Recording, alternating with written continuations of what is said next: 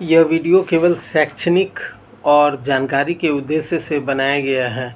यह किसी भी प्रकार की कानूनी सलाह नहीं है।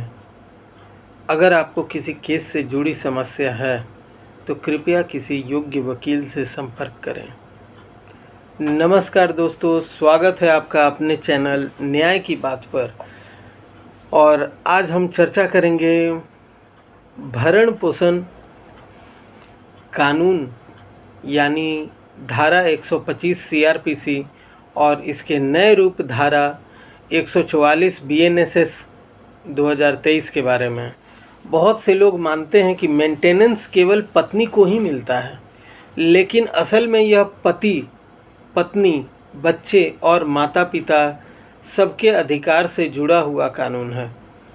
आज के इस वीडियो में हम जानेंगे कि धारा 125 सीआरपीसी का उद्देश्य और इतिहास, नए कानून यानी बीएनएसएस 2023 की धारा 144 में क्या बदलाव हैं, कौन मेंटेनेंस मांग सकता है, कितनी मेंटेनेंस तय होती है, कोर्ट किन फैक्टर्स को ध्यान में रखता है, सुप्रीम कोर्ट और हाई कोर्ट के महत्वपूर्ण फैसले और झूठे केस या बचाव की स्थिति में क्या करना चाहिए।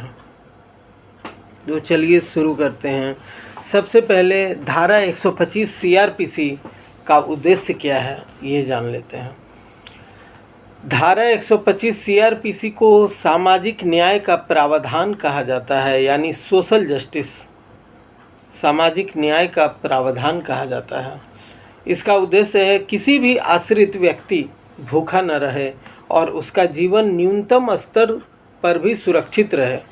यह कानून पति, बच्चों और माता पिता को आर्थिक सुरक्षा भी देता है। भले ही यह क्रिमिनल प्रोसीजर कोड का हिस्सा है, लेकिन इसका मकसद दंड देना नहीं बल्कि सुरक्षा देना है। नए कानून बीएनएसएस 2023 में अब 2023 से सीआरपीसी की जगह बीएनएसएस भारतीय नागरिक सुरक्षा संहिता लागू हो गई है। सीआरपीसी की धारा 125 को लगभग वैसे ही बीएनएसएस की धारा 144 में शामिल कर लिया गया है। सीआरपीसी 125 वर्सेस बीएनएसएस 144, आप समझ रहे हैं। दोनों का उद्देश्य समान है, मेंटेनेंस का अधिकार। भाषा यानी लैंग्वेज में थोड़े बदलाव हुए हैं। इंटरिम मेंटेनेंस और केस डिस्पोजल पर कोर्ट को और स्पष्ट गाइडलाइन दी गई है, यानी अब मेंटेनेंस का अधिकार सीआरपीसी की जगह बीएनएसएस की धारा 144 से मिलेगा। अब जानते हैं कौन मेंटेनेंस मांग सकता है। सबसे पहले आते हैं पत्नी। वैसे पत्नी, आखिर कौन सी पत्नी पे? अगर पति उसे छोड़ देता है, खर्च नहीं देता है या क्रूएल्टी करता है, तलाकशुदा पत्नी भी मेंटेनेंस मांग सकती है, बशर्ते उसने दोबारा शादी न की हो तो। बच्चे, नाबालिग बेटा, अविवाहित बेटी, विकलांग या असमर्थ वयस्क संतान भी मेंटेनेंस का हकदार होता है। माता पिता यानी पेरेंट्स, बुजुर्ग या निर्बल माता पिता, बेटे बेटी दोनों जिम्मेदार हैं। इस तरह यह कानून हर आश्रित संबंध को सुरक्षा देता है। मेंटेनेंस कितनी दी जा सकती है? कोई फिक्स अमाउंट तय नहीं है। कोर्ट यह फैक्टर देखती है कि पति की आय और कमाई, पत्नी, बच्चे, माता पिता की ज़रूरतें, जीवन स्तर यानी स्टैंडर्ड ऑफ लिविंग, शिक्षा और मेडिकल खर्च। उद्देश्य यह है कि आश्रित व्यक्ति सम्मानजनक तरीके से जी सके। उदाहरण, अगर पति 60,000 रुपया कमाता है तो कोर्ट मेंटेनेंस लगभग 10 से 15,000 रुपये तय कर सकती है, लेकिन हर केस की परिस्थितियां अलग होती हैं दोस्तों। इसकी प्रक्रिया क्या है आइए जानते हैं। सबसे पहले आवेदन देना होता है। पत्नी, बच्चा, माता पिता, किसी को भी फैमिली कोर्ट या मजिस्ट्रेट कोर्ट में वो आवेदन दे सकते हैं। उसके बाद नोटिस होती है, जिम्मेदार व्यक्ति को बुलाया जाता है। उसके बाद सुनवाई यानी हियरिंग होती है, दोनों पक्ष सबूत पेश करते हैं।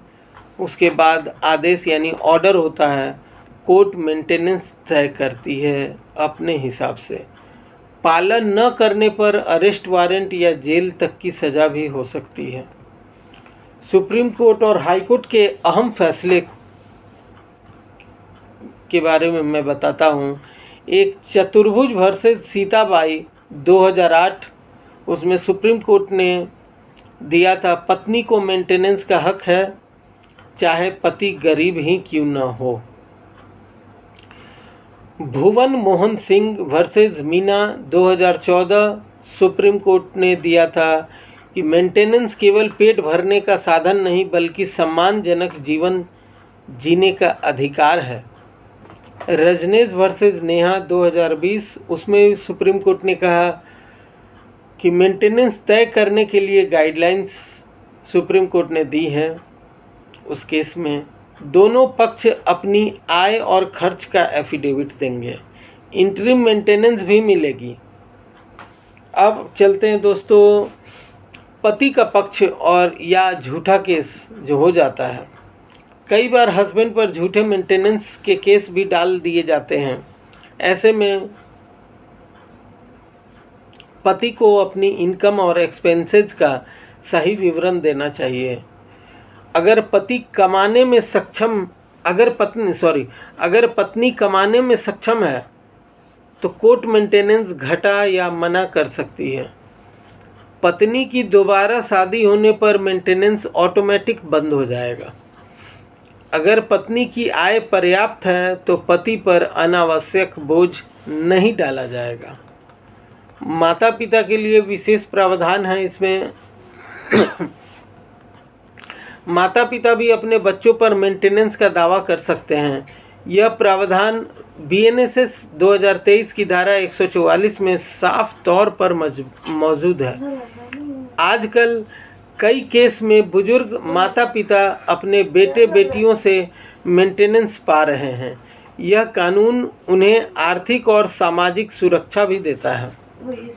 निष्कर्ष इसका हम लोग समझे हैं इस केस में, इस वीडियो में क्या क्या समझे हैं। तो दोस्तों धारा 125 सीआरपीसी और बीएनएसएस 2023 की धारा 144 एक बेहद महत्वपूर्ण कानून है। यह केवल पत्नी ही नहीं बल्कि बच्चों और माता पिता दोनों के लिए भी सुरक्षा कवच है। इसका असली उद्देश्य है कि कोई भी बेसहारा या भूखा न रहे। यह कानून सोशल जस्टिस और मानव गरिमा है ना दोस्तों। इसका असली उद्देश्य है कि कोई भी बेसहारा या भूखा न रहे। यह कानून सोशल जस्टिस और मानव गरिमा से जुड़ा हुआ है। उम्मीद है यह वीडियो आपको पसंद आया होगा। अगर जानकारी उपयोगी लगी हो तो लाइक, शेयर और सब्सक्राइब करना ना भूलें दोस्तों। धन्यवाद। Bye bye.